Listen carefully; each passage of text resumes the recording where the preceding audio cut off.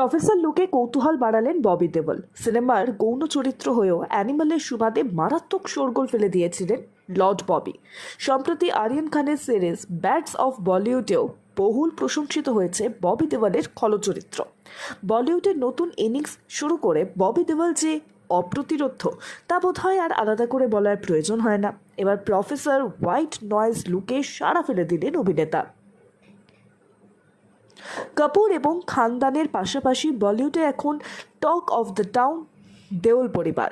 খুব আক্ষেপের সুরে ধর্মেন্দ্র বলেছিলেন, বলিউড কোনোদিন দেওল পরিবারকে যোগ্য সম্মান দেয়নি, কিন্তু গদ্দার 2 এবং অ্যানিমাল দিয়ে হিন্দি সিনে ইন্ডাস্ট্রিকে যোগ্য জবাব ছুড়েছেন দেওল ব্রাদার্স।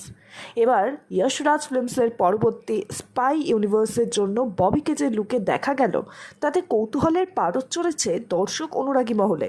পরনে কালো ফ্রেমের চশমা, কাঁধ পর্যন্ত চুল শক্ত করে পনিটেল বাঁধা, গোফে বয়সের পাক ধরেছে।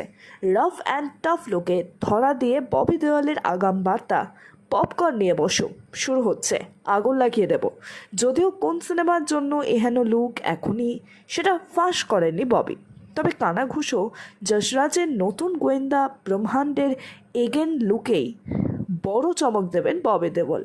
জল্পনা জিয়ে রেখে অভিনেতা বলেন, আগামী 19 তারিখ ফাঁস করব।